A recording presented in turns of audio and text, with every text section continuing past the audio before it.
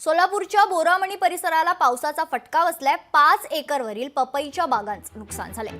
शेतकऱ्याचं तब्बल 25 लाखांचं नुकसान झाल्याची माहिती समोर आली। शेतकऱ्यांनी तातडीनं पंचनामे करून नुकसान भरपाई द्यावी अशी मागणी केलेली आहे। दरम्यान शेतकऱ्यांसोबत बातचीत केली आमचे प्रतिनिधी वसीम अत्तार यांनी।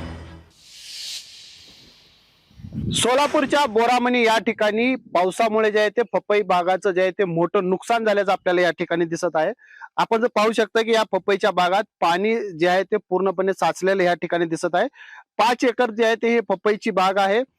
मल्लिकनाथ पटणे असं या शेतकऱ्याचं नाव आहे आणि त्यांची ही बाग आहे। पावसामुळे फार मोठं जे आहे ते नुकसान शेतकरी पटणे यांचं झालेलं आहे। ते आपल्यासोबत बोलण्यासाठी पटणे आहेत। काय सांगाल, तुमच्या पावसामुळे शेतीचं मोठं नुकसान झालेलं आहे? माझी पपईची 5 एकरची बाग आहे। मी 20 फेब्रुवारी 20 डिसेंबरला लावलेलं होतं।